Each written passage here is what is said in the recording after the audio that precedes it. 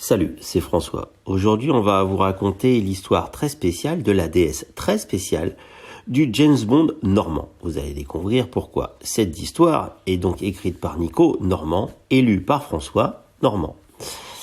C'est l'histoire d'un go-fast qui transportait du Calvados en remplissant les réservoirs additionnels de sa Citroën DS très spéciale. Plus de 3 décennies passées à déjouer les douanes dans tout le pays avec une voiture digne de James Bond.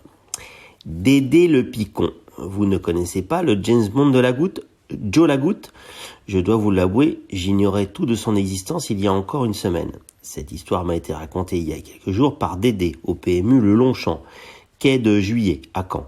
J'avais rendez-vous pour essayer une Lotus Esprit. Il y a des métiers plus durs que ça. Mais là, après 12-13 picons que le Dédé, élocution saccadée, démarche chancelante et casquette Pirelli sur la tête me dit: t'écris sur des bagnoles, mais je suis sûr que tu connais même pas l'histoire d'une James Bond de la goutte.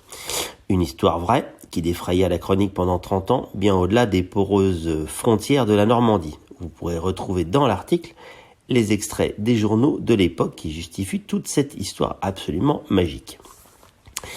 Et donc, ce n'était pas de l'alcool de fillette. Pour raconter l'histoire de Pierre Dubourg et de sa déesse, le fameux James Bond de la goutte, il faut commencer par remettre les choses dans leur contexte. Et là, le contexte, c'est la picole normande. Pas les alcools de fillette, les digestifs sucrés, toutes ces conneries de Jet 27 ou de Belaise. Ici, on parle du Calvados de ferme. Celui qui peut enflammer le gosier, envoyer une motobécane sur la Lune et éradiquer n'importe quel coronavirus chinois. L'histoire du Calvados est passionnante. Il est ici question de terroir, de savoir-faire, de tradition, de transmission. Mais aussi de bouilleurs camouflés au fond des fermes, de taiseux, de trajets nocturnes, d'itinéraires bis et d'argent liquide. Parfois, ces personnages hauts en couleur, de bidons en aiguille, franchissent la ligne jaune pour aller rejoindre la clandestinité. Ces personnages romanesques finissent tôt ou tard par défrayer la chronique le temps d'un quart d'heure de gloire. C'est ce qui est arrivé à Pierre Dubourg, mais lui, son quart d'heure a duré plus de 30 ans. Le Don Frontais, on l'appelait. Les origines de ce trafic trouvent leurs racines dans le Don Frontais. Rien que le nom fait peur. Cette Normandie oubliée, austère, où les touristes ne s'aventurent pas, est bien loin des planches de Deauville, du casino de Cabourg ou de Granville, le Monaco normand. Au cœur du bocage, la vie est rythmée par la vie agricole. Ici, on produit du lait, du beurre, du fromage, mais pas seulement. Il faut bien écouler toutes ces pommes.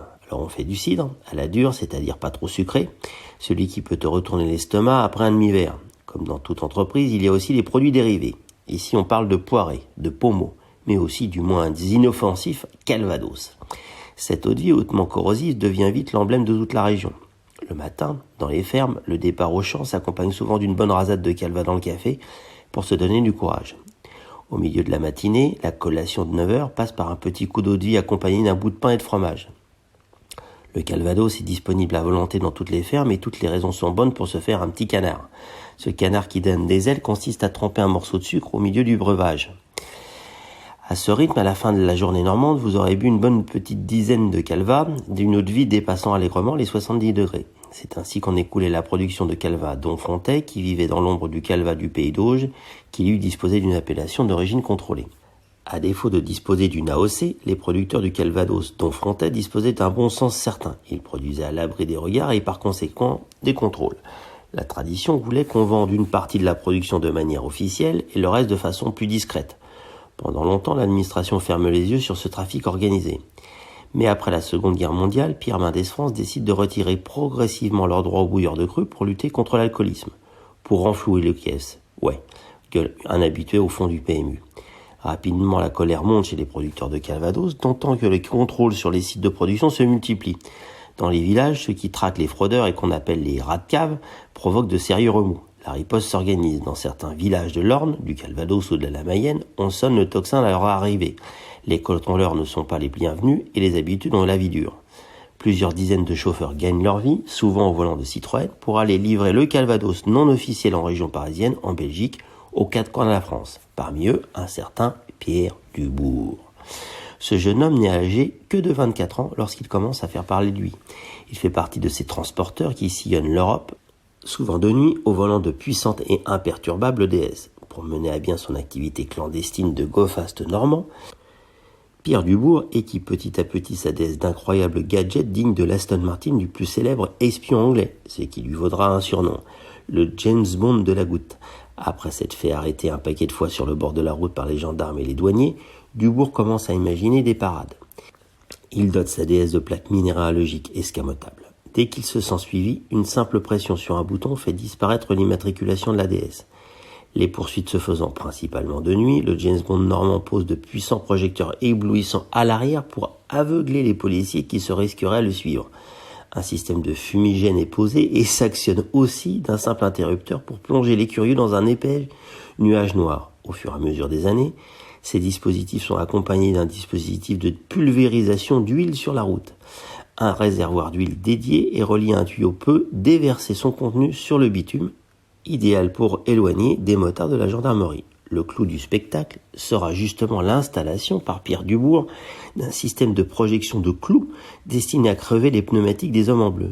Et le calva, direz-vous. Dubourg installe dans les ailes avant 2 immenses réservoirs additionnels capables d'emporter plus de 400 litres du précieux alcool en toute discrétion. C'est un des avantages de la suspension hydropneumatique. La hauteur de caisse ne varie pas en fonction de la charge et donc indécelable vu de l'extérieur. Ajoutez à cela des bidons disséminés un peu partout dans l'habitacle et Dubourg pouvait transporter plusieurs centaines de litres de calva en un seul voyage. On peut rire de ces combines, mais associés à un joli coup de volant, ils permettent à Dubourg de semer les flics pendant 30 ans. Les courses-poursuites se multiplient, parfois jusqu'à la frontière belge. Le James Bond de la goutte fait parler de lui partout où il passe et commence à devenir la star des journaux. De temps en temps, Dubourg se fait coincer. Dédé me raconte, il avait tout le temps d'énormes liasses de billets de 500. Il en donnait 3 ou 4 aux gendarmes et leur disait « Prenez ça, je m'en fous, je les récupérerai avant ce soir ». Le James Bond de la goutte est suivi de près par la presse locale et cette notoriété semble plaire à notre homme. Il se fait pincer, pas de problème. Il ressort systématiquement quelques heures ou quelques jours plus tard. Rapidement, on commence à s'interroger sur le personnage et surtout ceux qui le protègent. Quand il sent que la prison est inéluctable, Dubourg fait le fou et va se reposer quelques semaines en hôpital psychiatrique avant de ressortir libre comme l'air. Il se dit que le James Bond normand livre régulièrement la quasi-totalité des gendarmeries du Calvados et de l'Orne en spiritueux. Après 30 ans à défier les autorités, les années 80 auront raison du lucratif business de notre James Bond normand. Les douanes en ont marre de passer pour des guignols et la notoriété croissante de Dubourg commence à leur poser problème. Dans les années 80, on estime à une vingtaine les trafiquants transporteurs vivants de ce trafic dans le Calvados. Un soir d'avril 87, le James Bond de la goutte est victime d'un guet-apens tendu par la PJ de Caen. À 47 ans, Pierre Dubourg jouait toujours aux gendarmes et aux voleurs. Après 14 petites condamnations entre 64 et 87, cette fois c'est plus grave. Les flics le coincent en possession de faux billets. Il écope de 3 ans de prison. À sa sortie, le James Bond de la goutte se retire dans le village de Pondouilly. Un reportage de France 3 Normandie montre plusieurs déesses bricolées dans la cour. L'ancien trafiquant, qui ne crache pas sur une télé de temps en temps, se décrit lui-même comme un Robin des Bois. Il annonce alors qu'il va se lancer dans une carrière de pilote de course. Il n'en sera rien, mais Dubourg fera encore parler de lui dans les années 90 en déposant plainte suite à l'apparition d'un livre relatant ses exploits. Aujourd'hui, personne n'a su me dire si le James Bond de la goutte était toujours de ce monde. Mais la légende est, elle, bien vivante. Une légende qui se transmet de père en fils et qu'on pourra entendre le vendredi soir au Lanchement. Et pour rajouter un petit complément personnel et un remerciement et un souvenir, j'avais un oncle qui était un des derniers bouilleurs de cru et qui a été même candidat à l'élection présidentielle de 81. Donc comme ça, on aura fait le tour de la bouteille de Calvados.